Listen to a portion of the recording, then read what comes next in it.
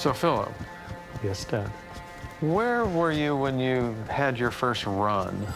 I was in rehab for drug and alcohol abuse. I had type 2 diabetes, smoking a pack and a half cigarettes a day. I got there and was told by the MDs on staff that I had to change my life. I remember walking out of that visit with the doctor, and I had made the decision right there to change it all. What did running change in your life? It changed my entire life.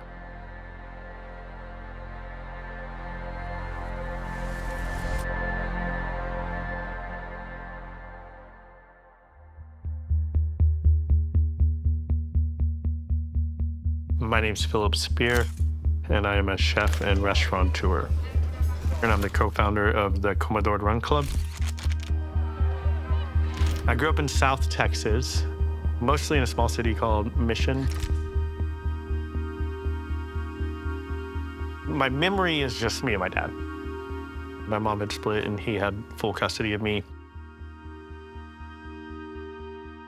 Philip was an exuberant child. He loved movement. He loved being outdoors. He was a fun-loving child, but he was afraid of being alone. He was afraid that maybe not everybody loved him. Seeing the photos of my mom always are weird for me. My mom didn't have much of a hand in raising me. My dad was 17 when I was born, and within a few years, he and my mom had split, and he had full custody of me. Growing up, we moved around a lot. My dad was a full-time student and had to work because it was just two of us. So I spent a lot of time alone. I went to a different school every year for a lot of years in a row. I didn't have any of those roots. Honestly, I felt like a total loner. So the communities that I were around were a lot of times ones that I had built.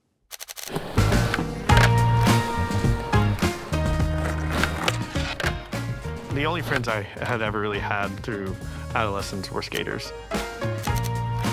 Skateboarding was a big part of my life. My creative freedom came from skateboarding, the movement. There was also the culture of the early to mid-90s skateboarding.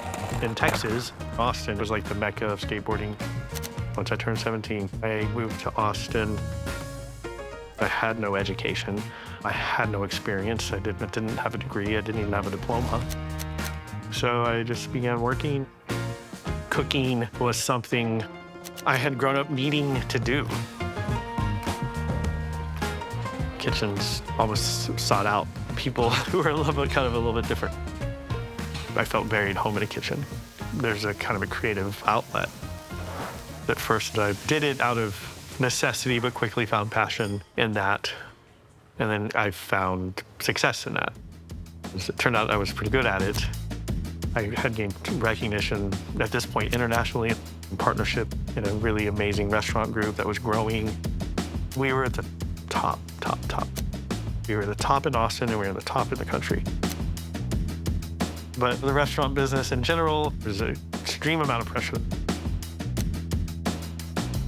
Every piece of what happens in a restaurant affects the next piece from the minute you walk in the door. A lot of it's just timing. And if those things don't perfectly line up, it is chaos. And the pressure for that is wild. I'm not a machine. And I had this financial need to be successful because I was gonna have a baby. My dad was very young when we had me. He was a kid when I was a kid, so I've always just kind of been around.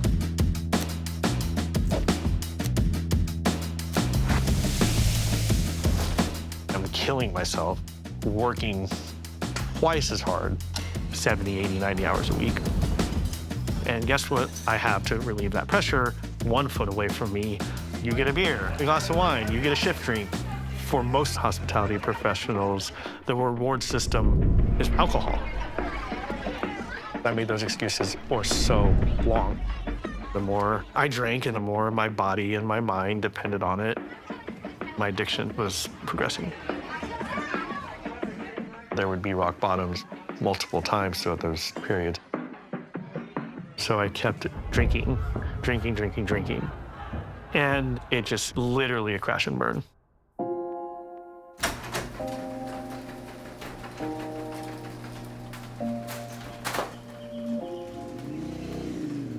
I had been 2 weeks off of felony probation for my 3rd DWI. I got my 4th DWI. And that 4th DWI changed my entire life.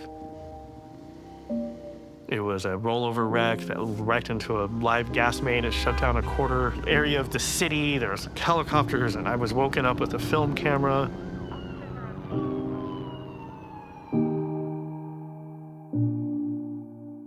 I had ruined all of everything I had worked for. Lost partnership in the company, sold my house, got divorced, lost friends, lost respect from the community.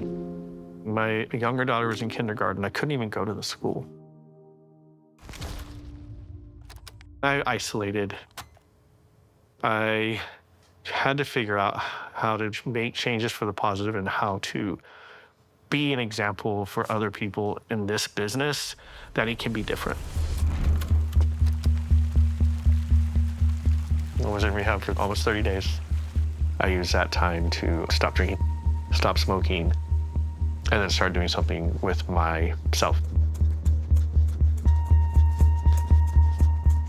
I wanted to be not only a new person emotionally and personally and mentally, but physically, I wanted to be a different person.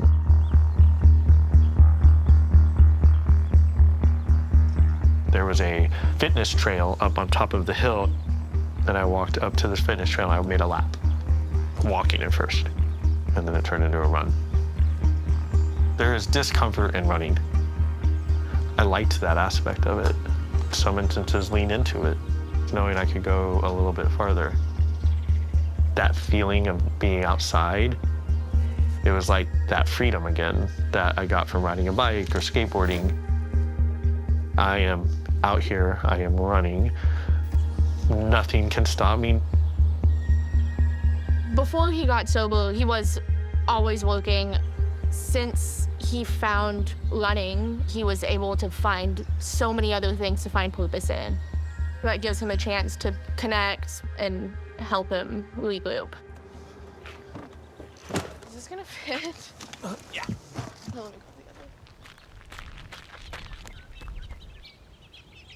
I learned that if I couldn't first be vulnerable with myself and understand why I had gotten to the point I'd gotten to, I wasn't going to make any progress. And then once I figured that out, I learned that I had to be vulnerable with other people. Because if I couldn't do that, then I couldn't be my authentic self. And if I couldn't be my authentic self, I couldn't be an example of a way it could be done that's a little bit different. We're headed downtown to the restaurant, Comedor, to Run Club event. I think the run would be maybe 60 people. The goal of Comedor Run Club is to help people who are in the restaurant business make changes in their life to become healthy or to sustain the health they've already found. First, let me tell you why we exist. We exist because we found it very important to create a space where we can connect over daylight, over healthy habits, tell the same stories, share the same inspiration. We start together, we end together. Let's get going so we can get back and eat some brunch, all right?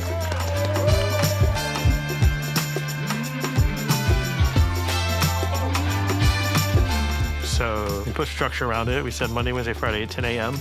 We made a route, and we have never missed a Monday, Wednesday, Friday since.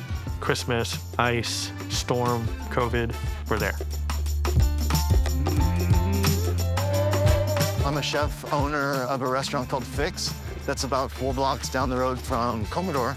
I've always known Philip. I knew his crew. So I reach out, how do I join? There's some ills in our industry that we kind of like allowed to happen, and now we're open to fixing those issues. Having things like Run Club, it's that feeling of being accepted that I was looking for the whole time. I was 21 when I got sober. I've made friends because of Run Club. I hope that Women like me who are in the food and beverage industry see that they don't have to go out until 4 a.m. to have a social life.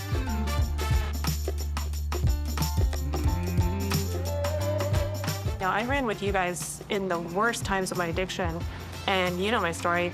The second I was ready to get sober, I knew where to turn. If I hadn't had this group, I don't know how much longer it would have taken me. People really got into it. The community stood behind us. I was getting recognition for my work again, but it wasn't the same. It was different. It was for helping people. It was like, look at this good we can do.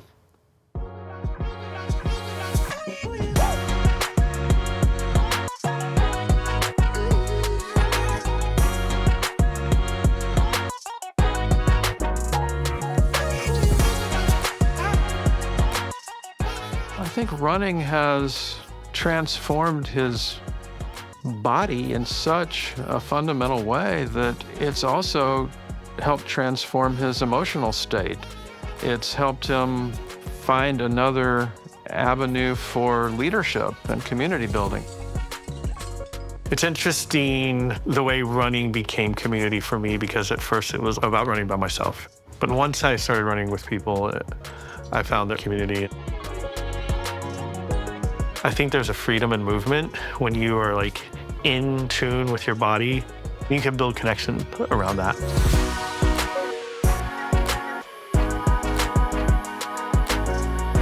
I feel like I've had so many different lives.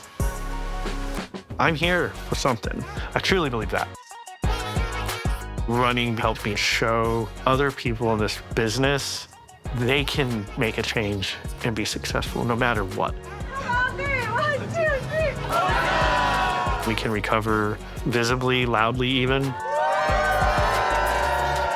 We can be okay and continue to live amazing lives, helping each other.